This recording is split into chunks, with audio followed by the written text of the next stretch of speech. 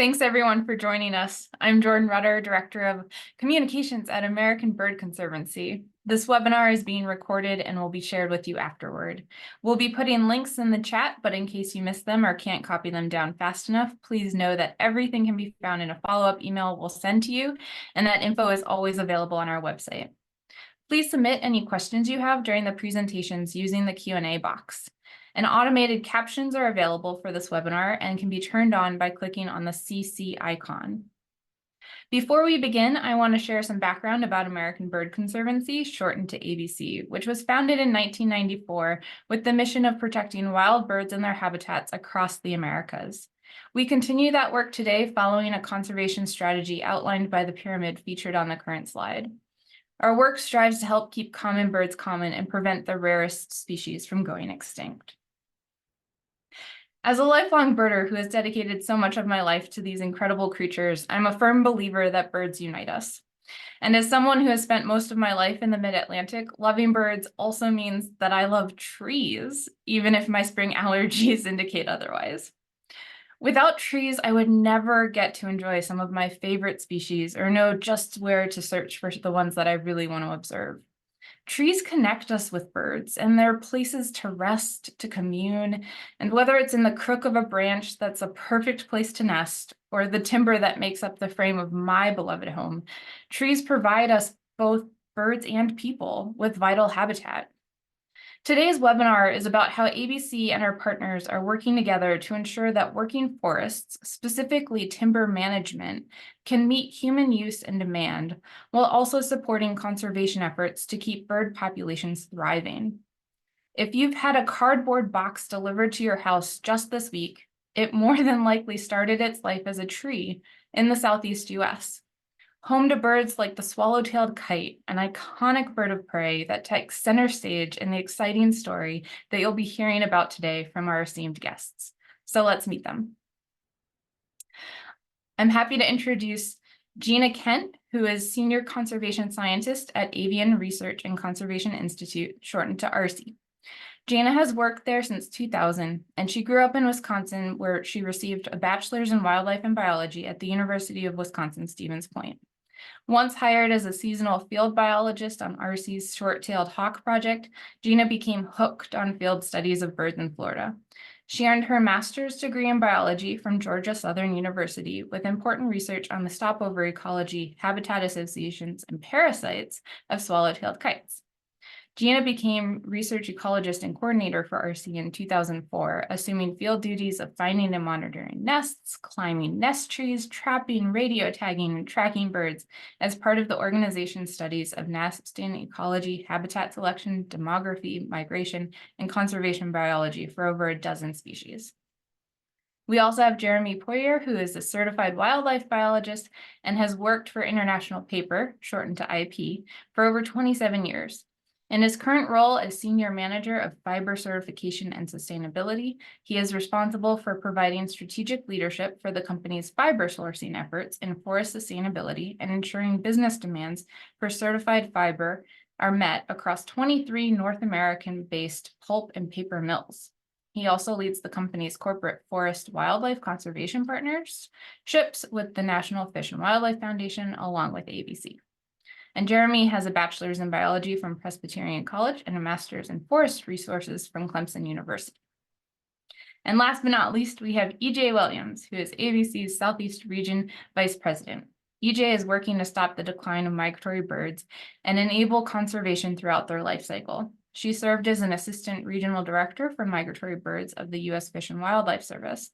EJ also worked for the Longleaf Alliance, Georgia Wildlife Resources Division, and as State Partners in Flight Coordinator. She earned both her bachelor's and master's degree in wildlife biology from the University of Georgia. She's a certified wildlife biologist and graduate of the National Conservation Leadership Institute. And with that, I'll turn it over to Gina, who will be our first speaker.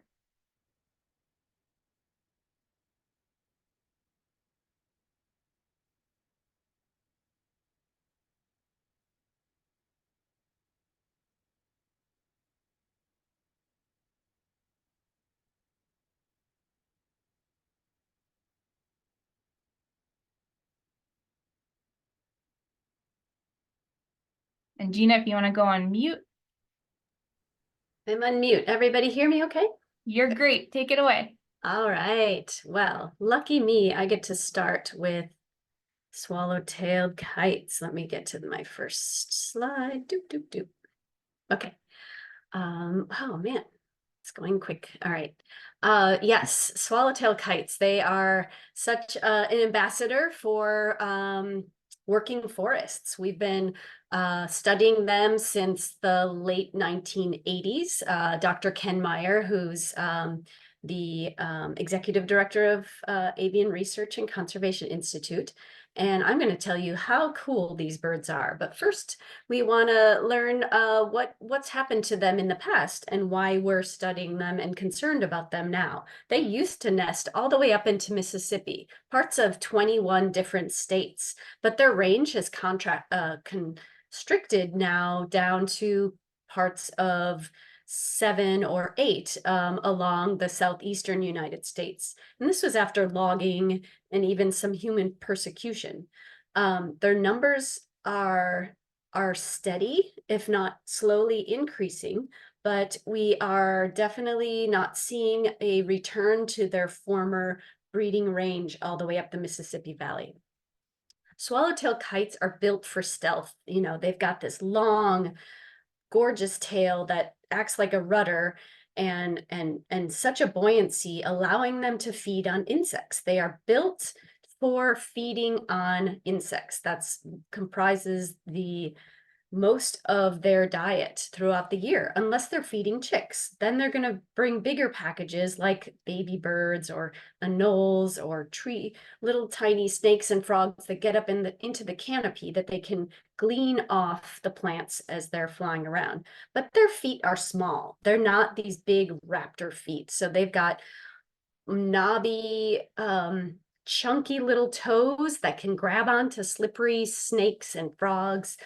They're very feathered, so on their neck and down their legs. So if they catch biting insects like and stinging things like wasps, they're more protected.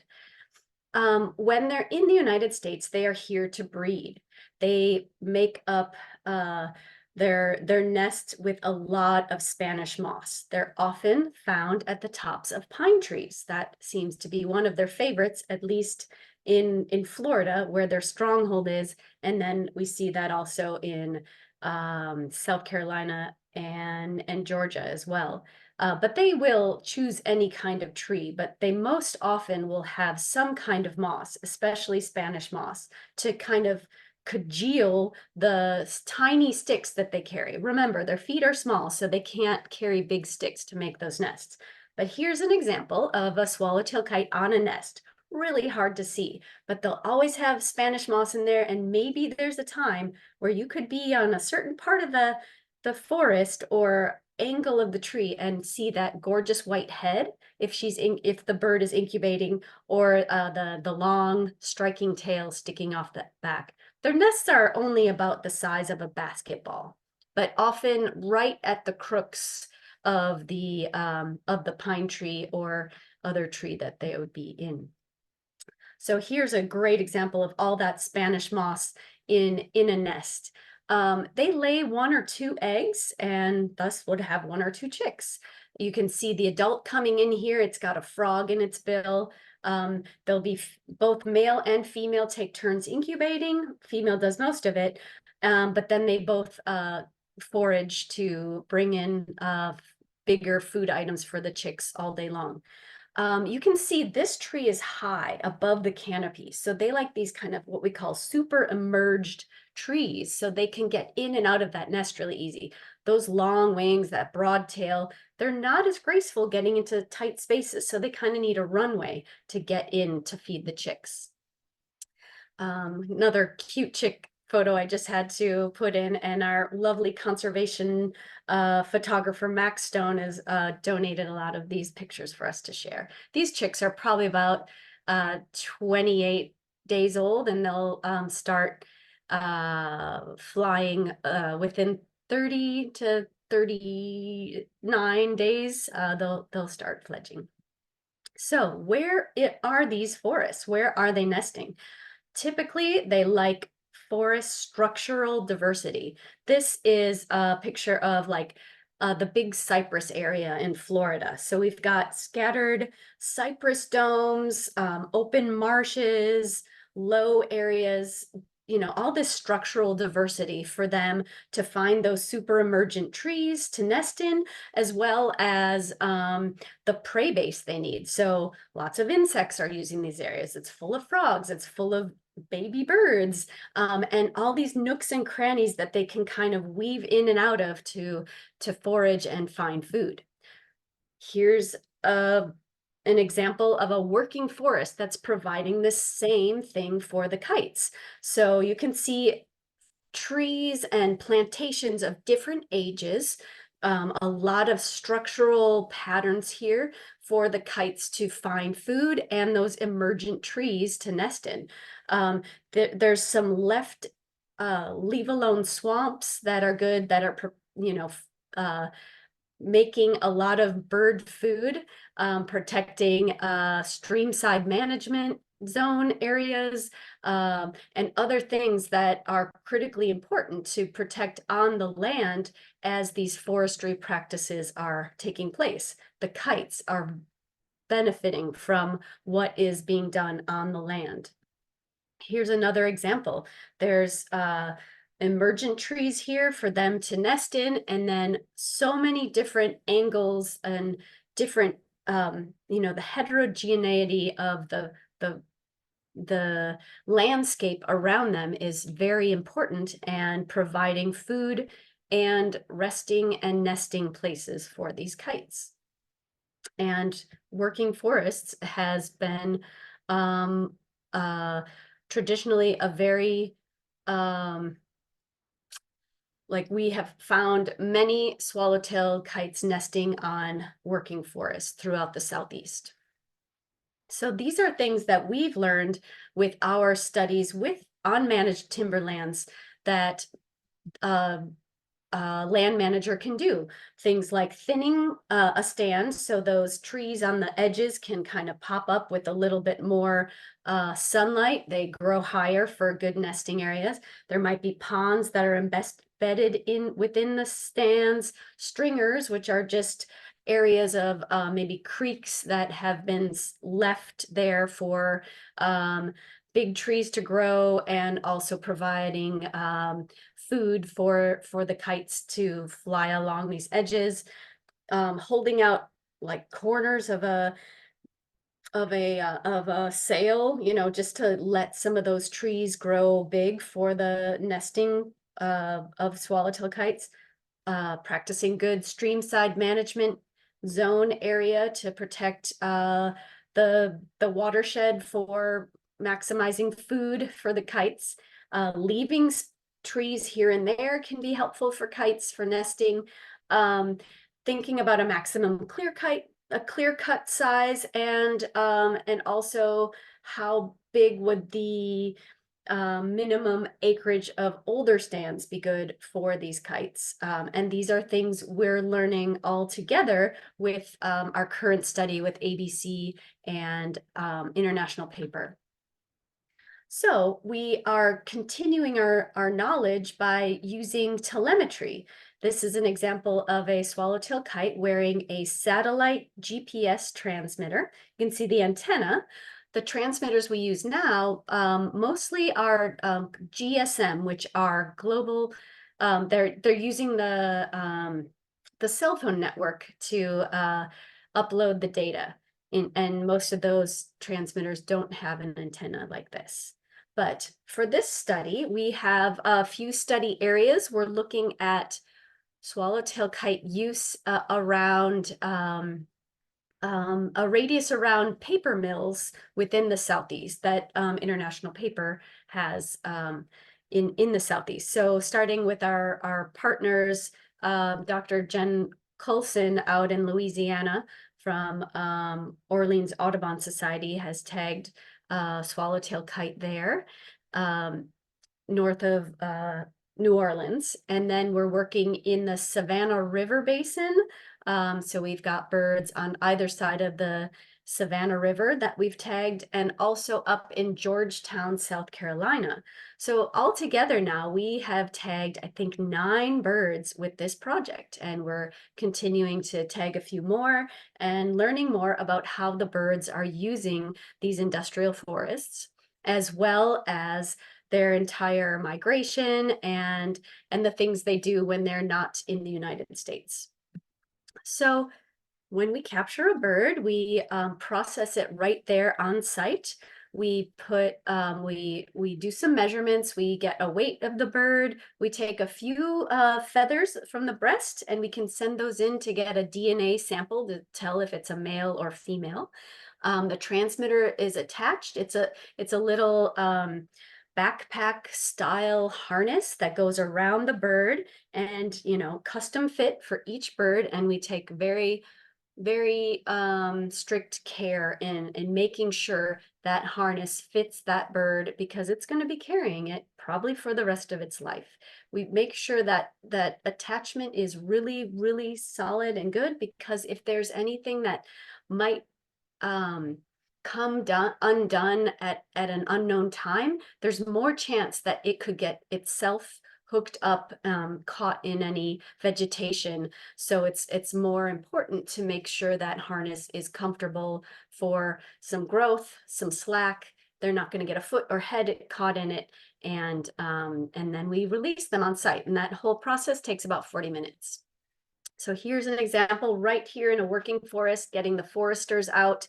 And here's Ken Meyer just about to release a bird. We're standing in a recent clear cut, one of the foraging areas for this exact bird, named, this is Carver's Bay, and she's still kicking. We're hoping to see her in a little bit, up in her South Carolina nesting area any day now.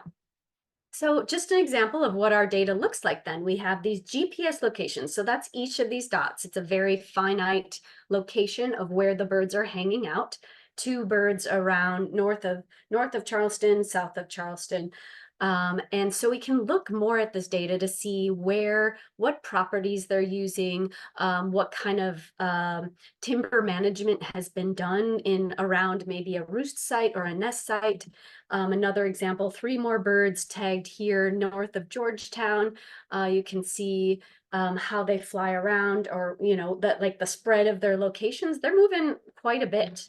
So it's really neat, where you catch a bird is not necessarily the most important place for it. It's going to use all sorts of locations and habitats. And that's why it's really great to have all these locations that we can look at, land management for each of them, essentially, if we've got permission for that data. And a lot of it we do, because we're working amongst these great working forest partners.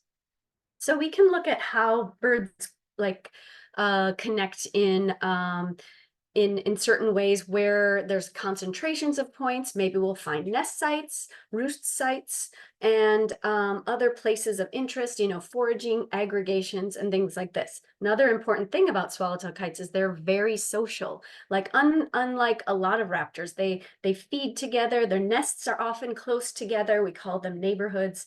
They migrate together. They roost together. It's like more eyes to see predators and more eyes to find ephemeral insect swarms for feeding.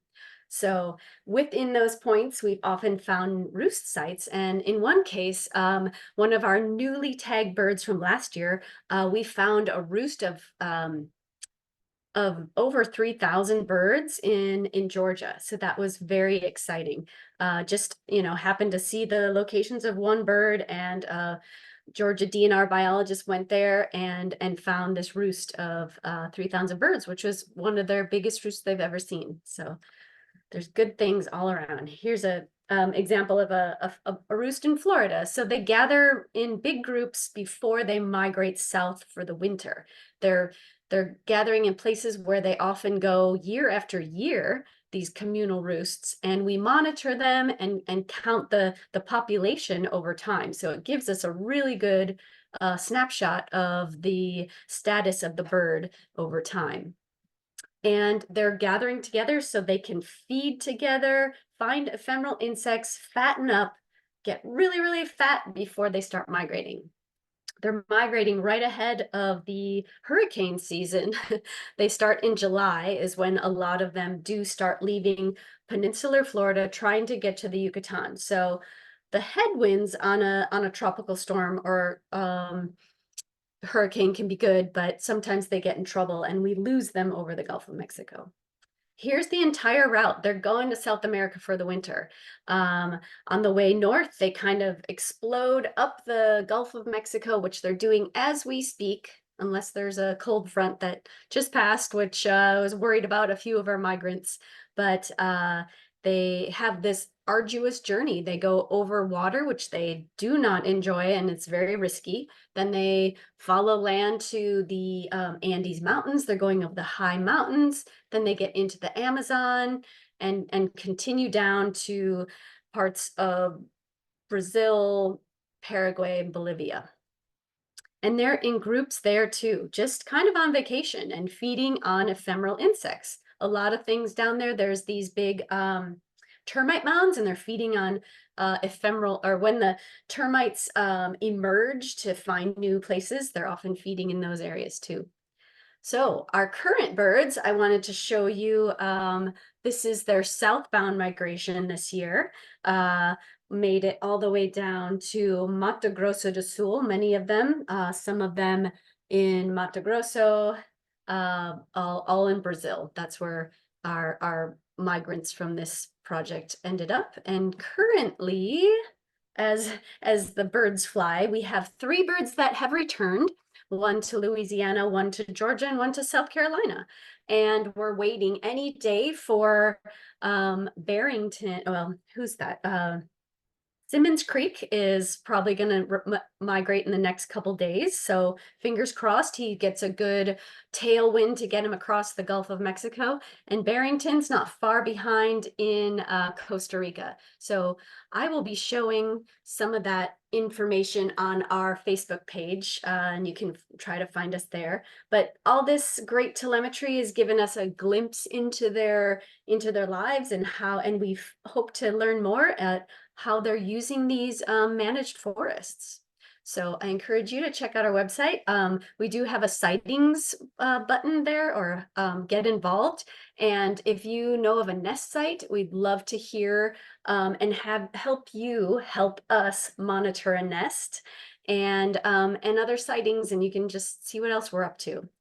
With that, I'd love to turn it over to the next person. Thanks so much. Yeah. If folks don't want to see a kite after that, I don't know what will get them to want to. That was great though, and we'll talk to you more at the Q&A at the end, Gina. Next up is Jeremy. So Jeremy, you are just needing to set up your screen. Okay, thank you, Jordan. And for the record here, if I knew I had to go after that presentation, I'm not quite sure I would have volunteered for this. So thank you, Gina. Always great to see you. And you are definitely a tough act to follow, not only in the field, but on screen. So hey, thank you, everyone. And I appreciate the time here. I'm representing an international paper. I'm a certified wildlife biologist. I've worked for almost 30 years for the company, and I'm really excited to talk to you about, I think, more of the kind of people in the forest and the forest product side of this partnership. It's been one of the, I think, one of the best things that I've done in my career, and it's a real honor to kind of do this. So I'm calling this one Unboxing the U.S. Southeastern Forest. So we talked a little bit about IP. We are a large forest products company. We don't own timberland, but we kind of like to say, we make the products that everyone uses every day. So the largest segment of our business right now is we call our industrial packaging business. So we make a lot of boxes, and I'll talk a little bit more about boxes here on the next slide. A lot of folks don't know this, but wood fiber is used in absorbency products as well. Of course, we know paper towels, but most folks don't know that wood products are used to make diapers. We make a lot of diapers. We make a lot of adult incontinence materials. So that's part of our global cellulose business. So IP right now is pretty much 2 primary businesses, with boxes being the large one. So let's talk about the box. I mean, all of us kind of love boxes, especially with e-commerce. We love going outside and kind of seeing what's on our doorstep there. So We are a large producer of boxes. We make about 1 out of every 3 boxes in the U.S. Cardboard is a great material. It's made from a renewable resource. It's a lot better than a lot of our alternatives out there. The great thing about boxes is everyone knows, you know, they're some really high recycled rates. So we call that recovery rates, very high in this country of 93%. That's great. It's a great medium and a resource to use. Here's some facts that maybe folks don't know about boxes. You can't recycle a box forever. So the average time you can put a box kind of through the system is about 4 to 7 times, then it just kind of falls apart. I can promise you guys don't want your refrigerators or your vegetables delivered to your house in a box that's been recycled 7 times. It just kind of falls apart. So it takes new tree fiber. It takes new fiber to go in the system. And so to that point, you know, everyone kind of says, well, let's just use 100% recycled paper. Well, that's a nice concept to think about, but if we did that, we would basically run out of boxes globally in about 18 months. So I just want to reiterate, it's really important for us to not only recycle, and we need to do that, but there needs to be new tree fiber entering the supply chain. So it's interesting. I mean, we've just had such a great discussion from Gina, and some of you may be thinking, well, I don't understand. I mean, how can if our primary resource is trees, and we all know that birds love trees and live in trees and nest in trees and all that, I mean, I'm trying to figure out how can this be good? I mean, why would we want to cut them down? So the really important thing to realize, and I'll talk about this some more, is who owns the forest and what's the incentive for forest landowners to basically grow trees. So that picture on the left is a typical load of wood that is entering our facilities. You know, to be clear, we are not buying old growth trees. We buy generally young trees. I mean, the age of those trees right there is probably 15 years old. Those were planted 15 years ago. That's actually thinning wood. Gina mentioned that practice. You know, a portion of those trees are coming out. What the landowner is doing is he's kind of pulling out the smaller trees, the ones that maybe have a disease, the ones that aren't kind of formed correctly, the ones that will probably never make a great 2x4 to, you know, for your house. And they're actually opening up that forest area. It's a really good wildlife practice, but it's also a really good timber management practice. And it's actually a really good revenue generator for landowners. So really important to understand that we're typically buying younger trees. A lot of folks don't know this, but this is a fact that the land area in the United States, that the forested area has remained remarkably stable through time. And that's just not my opinion, please. This information is out there. The Forest Service puts out a report every 10 years. They call it their RPA assessment. You feel free to go out and take a look at it. But some of you may be thinking, well, you know, how can that be true? I mean, I drive around, I see development. I mean, I see, you know, the population's exploding. You know, how can that be? What folks don't see is all the area that is being what we call afforested. So there's been a lot of government programs. There's been a lot of incentives out there over the last 50 years, last 100 years to replant the forest of the U.S. And so right now there's been a balance of that over time. So it's a really good story in the U.S., primarily in the U.S. Southeast as well. So there's about 766 million acres of forest in the U.S. I'm going to kind of switch to this map here. And if you notice, everything in purple is privately owned. The green is public forest. That's your national forest, your national parks, your wildlife management areas. That's all public. You see how that's generally heavier public in the western part of the country. That grid box that I drew there, that's where our U.S. southeastern paper mills are. We have, you know, almost 18 down in there, and that's all mainly privately owned. So most of the wood products that are made in this country, think about 2x4s, plywood, pulp and paper products, vast majority are coming from private forest land. In the U.S. South, that number jumps even higher. I mean, 86% is privately owned. So Gina mentioned it earlier, it's really important to understand if you want to do wildlife conservation, forest wildlife conservation in the Southeast, you got to understand who owns the land, and more importantly, how to talk to those people and how to relate to them. So I just want to talk a little bit about scale. When I talk about private forest ownership, I'm not talking about 4 acres or 3 acres or 10 pine trees behind someone's yard. These are fairly large forest ownerships. They can be anywhere from, let's just say, 40 acres up to 4,000. These are large scale forested areas, and each one is managed a little bit differently. This is kind of a typical working forest, I would say. You saw some similar slides from Gina as well. You've got this great mix of forest ages, of forest types. You've got these streamside management zones that are there to protect water quality. You can see these young replanted forests, which we know are great early successional bird habitat for species like prairie warblers. Lots of neat things landowners can do, like leaving these kind of dead trees for species like red-headed woodpeckers. A lot of landowners are kind of planting these food plots for wildlife. Those become great winter habitat for wintering sparrows. So anyway, it's just this great mix, even on someone that only owns 40 acres. So let's talk a little bit about how come everyone doesn't own forest land? I mean, heck, I'm a biologist. I sure wish I could own 4,000 acres. Owning forest land is expensive. There are incredible costs to reforest.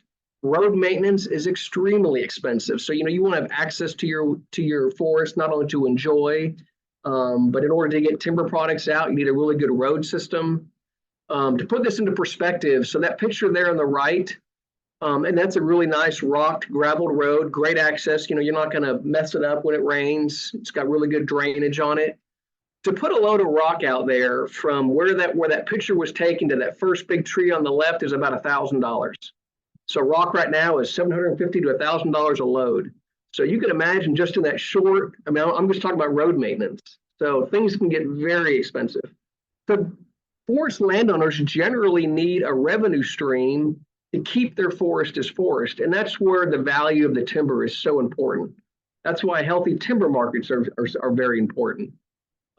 Most timberland owners, they do not have insurance. So you're talking about you've grown your trees for 30 or 40 years. Maybe you're going to harvest that area and put your kids in college. And then you get severe weather, you have a hurricane come and flatten the whole thing. You just lost your entire investment. So there's a lot of liability and a lot of risk. So to be clear, it's really important to have healthy timber markets. So let's talk about some of the kind of advantages and kind of challenges that we're currently seeing out there in the U.S. Southeast. The great story is, look, it's a large forest. There's about 250 million acres of forested area in the U.S. South. That is wildlife habitat at scale. So it's by itself a fantastic story. You've got different owners that are owning it for different reasons, and that all kind of creates that diversity Gina was talking about. But overall, these landowners are sometimes second, third generation, great stewards of the land. Think of them as just kind of tree farmers, lots of thought, care, concern. They want to pass it down to their kids. Just a great overall land stewardship ethic. But like I mentioned earlier, there is a lot of uncertainty out there. The economy right now is not great. We've got a stagnant housing market.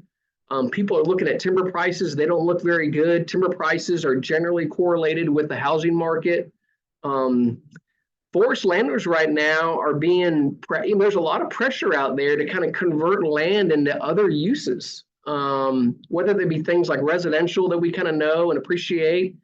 There's a lot of pressure out there right now for green energy projects. We've seen large scale forest areas get converted into things like solar farms. And look, to be clear, I'm a proponent of replacing fossil fuels, but I think we need to be really smart and thoughtful about, should we be out there converting forest land and wildlife habitat into solar farms? So lots of pressures out there. So it's really important for landowners to have those healthy timber markets, because the market for trees is what's going to incentivize them to plant and grow more trees.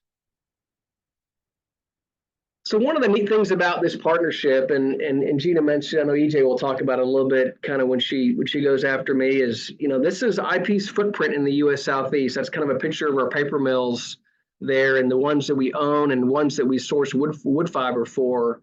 we kind of cover that whole southeast. It's almost analogous to that kind of swallow-tailed kite slide. So it's been a lot of fun to partner with ABC, to partner with ARCI, because we can make those connections and we can help them when these kites are flying all around and interacting with all these different landowners. We've got these great teams out there and great network that we can help figure out who's who.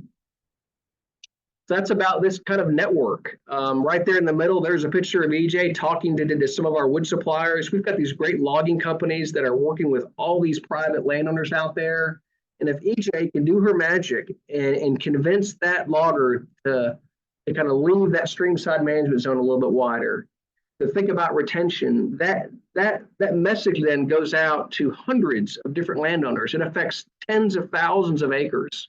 So we've got this great network that we can introduce people like Gina and EJ to. We've got great IP procurement teams. That's a picture of them on the upper left. These are generally foresters and some of the procurement staff that we have spread out across the entire Southeast. IP's got an organization of about 250 people looking out for all these practices out there in the woods.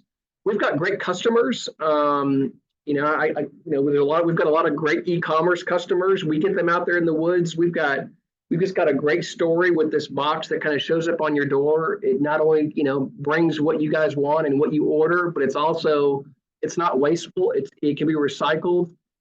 This box is also coming from a working forest that's providing habitat for wildlife. It's just a great sustainability story. And then there on the right, we get to interact with these fantastic family forest landowners. I'm going to talk a little bit real quick. I'm going to get wrapped up here about, well, how do we do this? I mean, IP is a big organization. 20 plus paper mills is a lot of wood. We buy a lot of wood every year. We take that very seriously. We understand the sensitivity around forest and forest conservation.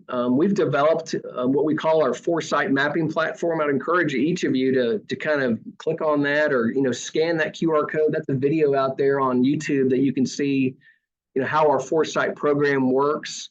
All those little green dots, some of those maps, those are all interaction points. Those are all places that we're going to possibly buy some wood. This is in Louisiana. I know it seems like a lot of dots. We're buying wood from all these different landowners, and our procurement staff has got to run it through this mapping system, and it shows all the different important ecological areas out there, all the different signals, all the different sensitivity areas, all the known locations of rare, threatened, and endangered species. So we're taking all that into consideration before we decide that track is okay to come into our supply chain. Here's a little detail on that. So that map on the left-hand side, that yellow box area is the potential harvest area. That green dot is that kind of geolocation centroid. Those red hexagons is our environmental system in foresight saying, hey, there's kind of something going on out there. You guys may need to go out there and look at that ahead of time. We've got this great technology with iPhones. We can turn our phones on. That white dashed area there is where our foresters are walking and inspecting these tracks. This one actually had, kind of a little bottomland hardwood area, little wet area. That area was set aside to be protected, and we all know those are great habitats for the Prothonotary Warbler. So anyway, it's just a great program. I just want all of you to know that of all the due diligence that happens on our end prior to wood entering our supply chain. So I'm going to wrap it up with some key messages. Number one, thank you for your time today. I'm going to kind of narrow this down to 5. Please know that the U.S. forests are stable, grown, and healthy. We've got a fantastic working forest in the U.S. Southeast. They are primarily privately owned. I mentioned it's about 86% in the U.S. Southeast. I can't emphasize this enough. Market demand for products made of trees creates more trees. So when you buy that 2x4, when you kind of see that box at your doorstep, that's not deforestation. That is supporting the landowner, harvesting trees and growing more trees in the future. And that kind of leads me to number 4. I guess to ask everyone to be a little bit more aware of I know when you drive by an area and you've driven by a forest for 10 years, 15 years, you've always seen it there, and you drive by one day and all of a sudden it's gone. I mean, there's that emotional response, and you're like, gosh, well, what happened here? I I mean, the world's coming to an end, the economy, whatever, and I think we kind of react. But a lot of times, especially in the places that we work and operate, that's a working forest. That's a temporary adjustment. That landowner is generating revenue. That gives them money to replant and to have a new forest in the future. So my last message there is, thank a private forest landowner by choosing a fiber-based product. And with that, thank you. Thanks so much, Jeremy. In my intro, I said that trees help connect us to the birds and people, but now I'm going to have to say a box of diapers connect us to birds and people. But we'll get back to that and more with Jeremy in the Q&A. So next up, we have EJ. EJ, you are last but not least. So if you just want to share your screen. How's that? Awesome. Take it away. All right. So I just think we ought to wrap up the day and our time together with a walk in the woods. And particularly, I want y'all to be thinking about how birds respond to that forest management, that Jeremy was just talking about. All right, come on. Okay, there we go. Forest management is a bird conservation tool. So keep that in mind. That kind of strange pattern is conservation at work, and it's designed to mimic a young jack pine forest. That very specific management of that forest is what, in large part, allowed us to bring Kirtland's warblers back from the brink of extinction. We're also using very specific forest management across the Appalachians to create habitat for young forest birds, golden-winged warblers, and mature forest birds, cerulean warblers. So we're able to remove a few trees and create the canopy gaps that cerulean warbler likes. But then when we remove more trees, here comes the young forest for that golden-winged warbler. So that's forest management specifically for birds. But what I want to talk about mainly is forest management for all those other objectives, but that it also benefits birds and influences birds. So just keep in mind that forest management is habitat management. And whenever we do something on the landscape, it's going to create some habitat conditions that some birds will respond to. So this young forest with those little pine trees and then all that good grass and stuff, that's what a prairie warbler needs. And also keep in mind that forest management creates opportunities for habitat enhancements. I took this picture standing in a harvested area with little pine trees behind me, and left around that was this nice hardwood area. There's parula warblers, yellow-throated warblers singing, and then notice this dead tree that was left. And that provides a home, a place to raise a family for the red-headed woodpecker. So those management opportunities are also chances for habitat enhancements. So Jerry mentioned the wood suppliers, and I'm going to use one of our great friends that's in the wood business, Dave Cupp, as just an example of kind of how this plays out with people managing the forest. Dave actually came to one of our forest bird workshops as a speaker to help us understand how landowners see the world. And he obviously also absorbed a lot of what we were saying about habitat enhancements. And about 6 months after the workshop, he called and he said, "Hey, I want y'all to come look at what I did on this tract." He said, I talked to the landowner, and we were mainly going in to harvest this area, and I told the landowner some things I wanted to do, and that it would result in a little less money from the harvest than the timber sale, but I thought he'd like the results. Landowner said, "Great, Dave, go for it." Now this is just about 100 acres, and so you can see the harvested area, and what that resulted in was great young forest habitat. And there's just a whole suite of birds that uses those young forests. And keep in mind that young forest is a temporary condition. Some of these birds may not stay in more than 2 or 3 years. Others may be 6 or 7 years, and then they got to go find another young forest. And so part of the magic in the Southeast is we have this vast forest mosaic. And so those conditions can kind of move around the landscape, and these young forest birds can find the next young forest that they need. Another thing that Dave did was left a lot of big dead trees. And you got to be thoughtful about that because it's a safety concern or a safety consideration. but he left a lot. And this one big dead tree, we saw 4 species using that same tree. And so, you know, just makes a huge difference with just small tweaks to the management strategy. And then, you know, Dave also kept in mind what was going on in, you know, neighboring tracts in the next door forest. And so this older forest of pine trees mostly is going in there for habitat for black and white warblers, pine warblers. So a whole nother suite of birds is using that kind of next stage of the forest. And then one of the cool things Dave did, you know, Jerry and Gina both mentioned streamside buffers, streamside management zones.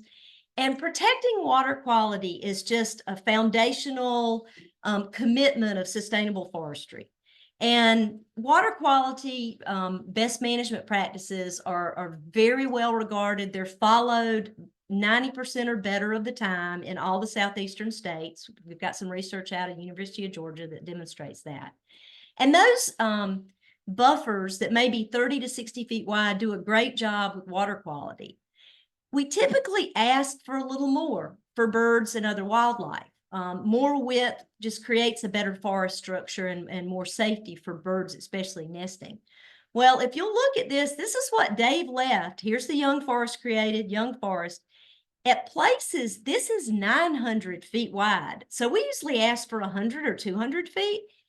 Dave went out there and left some places that were 900 feet. So the point I wanted to make with that is when we give these professional forest managers the right information, they almost always do more with it than we would ask for. You know, they just really find opportunities and make the most of it. And of course, some awesome birds come in with that hardwood component. So, and then one last thing, 100 acres, we've documented so far 43 species. So think about multiplying that across those millions of acres that Jeremy mentioned, and you start to really add up to significant conservation value. One of the things, I'm leaving Dave now and just kind of reflecting on some of the things I see when I'm working, you know, on these managed forests. And one of the things that always surprises me is how many wading birds I see. And so what happens when you know, harvest a stand and kind of open up a part of the forest canopy, and even when the little trees have been planted and they're just a couple of feet tall, is there's a lot of little isolated wetlands that apparently are great foraging for these wading birds. And they just flock in there, you know, everything from wood storks to little blues to great egrets and other species. So it just always fascinates me to see all those wading birds, which aren't typically thought of as forest birds. Another thing that's just a foundational commitment, and Jeremy mentioned this, is protecting wetlands. So large rivers, creeks, cypress swamps, tupelo swamps, those are noticed and those are protected, and, you know, all the values that come with those wetland habitats. You know, our main warbler that nests in cavities in the east, the Prothonotary, barred owls thrive in those big hardwood areas, yellow-billed cuckoos. So those are just a really special component of these working forest landscapes. And remember, and Gina and Jerry mentioned this, we've got the, you know, harvest, we've got stand establishment, but a lot goes on in the middle, you know, in that intermediate time. And one of the real valuable things that we've mentioned is this idea of, you know, coming in and taking out some of the trees, thinning the forest. And what's great about that is look at all that sunlight that comes in and encourages that understory to grow. So you got grasses, forbs, great insect populations. And this landowner just north of Savannah, this stand, keep in mind, this has been thinned 6 times. It's only about 65 years old. And you can see how the trees are responding and what a beautiful forest we have. And what's really special about this, they burn it frequently, mainly for quail, but Bachman sparrows are just everywhere. And that's one of our highest conservation priorities. They've steeply declined over the last 50 years. And a lot of it has to do with fire. And fire's tricky in the Southeast. There's a lot of people. Fire is viewed as risky. People don't like smoke. but we've got to have more fire for species like Bachman sparrows, red-cockaded woodpeckers, quail. A lot of species really need that. And I think these private lands are going to be the place where we really, really make a lot of gains in that kind of habitat. And so y'all are special. So I'm going to introduce y'all to our next ambassador. Swallow-tailed kites have been a tremendous ambassador for bird-friendly forest practices and forest management. And so now we're going to start using red-headed woodpeckers as well, in large part because their populations have declined and they need conservation action, but also because they're recognizable and familiar. People know these birds, and kites are big, sexy birds, but I would argue that these are sexy, medium-sized birds. They're just striking, and they can inspire action. When we get people fired up about birds, they want to know what they can do. And so we can take what these woodpeckers need and translate that to forest management actions. And so that's just a great way to bring people and engage people in bird conservation. So I'll leave you with our theme with a little bit of a tweak. So instead of trees work, I'm going with forest work for birds and for people. And just keep in mind that these working forests are incredibly diverse.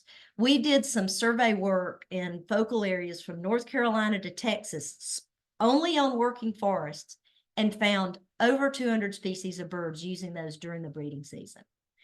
They're economically essential. Jeremy mentioned this to some extent. Just that these forest-based economies are the lifeblood of a lot of our small communities. They protect water quality and quantity. That's increasingly important. And remember that map of Jeremy's with all the purple and then all the little green scattered across the southeast? These private lands surround and make our public lands even more valuable. So our national forests, national wildlife refuges, state lands are so much more valuable for people and for wildlife because of those private lands that surround them. Jeremy mentioned this. We've got bird populations that are going in the wrong direction. And if we're going to turn those populations around, we have to do conservation at scale. And we can do that in partnership with private landowners across the Southeast. And then sort of to echo what Jeremy was saying, just, forest landowners rock. And they are just the most genuine people, so concerned with their stewardship. And, when you're the biologist that goes out, you kind of always worry that people are just going to take you to the best places. But I can tell you, our kites take us all over the place. And so when we leave that wonderful forest where we started and we go to the next door neighbor, we find just as much commitment, just as much stewardship, ethics and great practices. And then when we go 3 ownerships over to chase the kites, same thing. So it really, really is the common thread, is this commitment to the land. And with that, my friend, the Prothonotary Warbler, and I will say thank you and turn it back to Jordan for maybe a few questions. Thanks so much, EJ. With spring coming now, all I want to do is take a walk in the woods with you and the birds. If Gina and Jeremy can join us, we've had such a great audience. Thank you so much for your engagement. Our time is quickly running out, so I definitely want to make sure to get to some of the most upvoted questions for sure. We had some folks all want to have the same question answered. The first one that we definitely need to address is Gina showed us those cute little chicks in a nest, and now everyone is concerned about that tree being cut down. So we definitely need to talk about, when does timber management happen and how do trees that have nests or other breeding bird species get protected? EJ, I don't know if you want to, you're unmuted if you want to chime in, but Gina, definitely tell us that the kites are okay. Well, Gina can chime in too, but yeah, the kites are okay. That's one of the things we do with our workshops and outreach, is to raise awareness, help people realize what to look for in terms of kites nesting. And they can be really vocal and really loud. And so that's one of the things we do, is to, kind of train people to look for that. And, I think we do a pretty good job with that. Again, remember where Gina was saying some of those are. A lot of times they're on the edge of a wetland, and they're going to be left alone anyway. But also remember, these are big trees. Trees fall down on their own. So, you know, the other thing we're always doing is and Gina mentioned some of these practices, and Jeremy mentioned it, you know, we've been using foresight to raise awareness of these important areas for kites, is leaving the next generation of kite nest trees, you know, leaving some maybe not quite huge trees yet to grow bigger and be the next kite trees, because you've always got to replace them. Trees get old and die and fall down in a storm. So we're doing that. And then, you know, no doubt, you know, forest operations happen year round, and they do happen during the nesting season. And I have no doubt that occasionally a pine warbler's, you know, nest tree may get cut down. But keep in mind, what we stay focused on is the population. And you hate the thought of losing, you know, even a single baby bird, but the overall improvements we see in forest condition, even with fire, you know, fire really needs to be done during the growing season in a lot of cases. And so you can lose individual birds sometimes, but, you know, these birds will just renest. You know, they're not emotionally attached for the most part to their young. They'll renest. And, you know, over time, we make up those gains, I think, at the population. Yeah. So definite scale is at play. Again, Scale is at population play. versus the individual. But Gina, do you want to comment at all? Yeah, so yes, those chicks were saved. No, nothing lost their lives after the making of this video. No. But also, yeah, I would echo that the landowners, as much as we can train them to keep their eyes out for nesting, and then what we find for nesting activities, we give to Jeremy and IP so it can get in foresight, and other people that need to know. And we've been in the middle of like a harvest where the feller buncher, the person with the equipment to cut down trees, was watching kites above. He stopped, and we found the nest, and they made a huge buffer around that area and did not cut, and the kites continued to nest that year. So there's some great victories there, just getting more people informed. Thanks, Gina. The other question I definitely want to make sure we ask is, how do people get involved? Especially Jeremy, you mentioned that backyards are a little too small scale. And EJ, you're the Southeast VP, but how can people get involved? What can people do to support all of this work and take action for their own selves? Jeremy, I don't know if you have any initial thoughts on that. EJ, why don't you go ahead? Yeah, I mean, never underestimate the power of great native plants in your yard. You know, so I definitely encourage you to do the most you can with whatever little bit of yard you've got, because you might rescue a bird with just the right nutrition as it's migrating, and then it'll continue and make it to a forest. So always be thinking about your yard, because you can make a big difference there. Gina mentioned, tell us when you see stuff. Tell us when you see a kite. We're thinking about launching an app that would let people tell us about red-headed woodpeckers. So, you know, your observations, if any of y'all eBird, oh my gosh, eBird, that is the best thing that ever happened to bird data. And we learned so much from that. So there's great ways for you to, you know, be, you know, citizen scientists and contribute. And, you know, Jeremy mentioned it in his talk. Be thoughtful about your purchases. You know, I encourage you, and I do this now, look at the bottom of your box when it comes with your goodies in it. And I bet it's going to say something underneath there about this was sourced sustainably. Almost all of them do now, and feel good about that. And before you fuss at Amazon about sending you something in a box, think about the alternatives, because what I know Jeremy and them have heard this. They're like, well, yeah, we want to use less boxes, so we're going to use padded envelopes. Arg, that's plastic. You know, we have a whole program devoted to getting plastic out of the water and off the earth. So just remember, those boxes come from native trees, and they provide bird habitat. Plastic, not so much, not at all. and it's a petroleum-based product, so it contributes to climate change too. So, just be thoughtful about your purchases and, remember kind of where those things come from.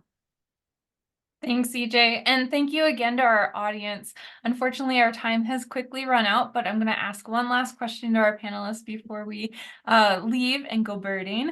So that question is, what is one thing that you hope everyone on this webinar takes away and shares with a friend? And we'll go in order of presenters. So Gina, if you want to start.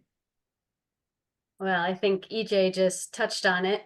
We need forest products to protect our birds and wildlife. So what we can do to make our own little helpful things can be helpful for all of our bird friends. Thanks, Gina. And Jeremy. I think I'll echo the same thing. There's just a great network of private forest landowners out there. The next time you see one, tell them thank you. They would much appreciate it. And EJ. Go outside and enjoy the birds. We need people to love the birds and, appreciate them. What the saying, you only protect what you love. And so I would encourage people to just, be aware and go and enjoy their birds and think good thoughts when you're out in a southeastern forest. With that, we're now going to end the webinar. Thank you so much to our speakers. We're really grateful for your presentations. Thank you so much again to our audience for joining us. We'll be sending out the recording in a couple days. And again, all of this information is on our website. Thank you again and good birding.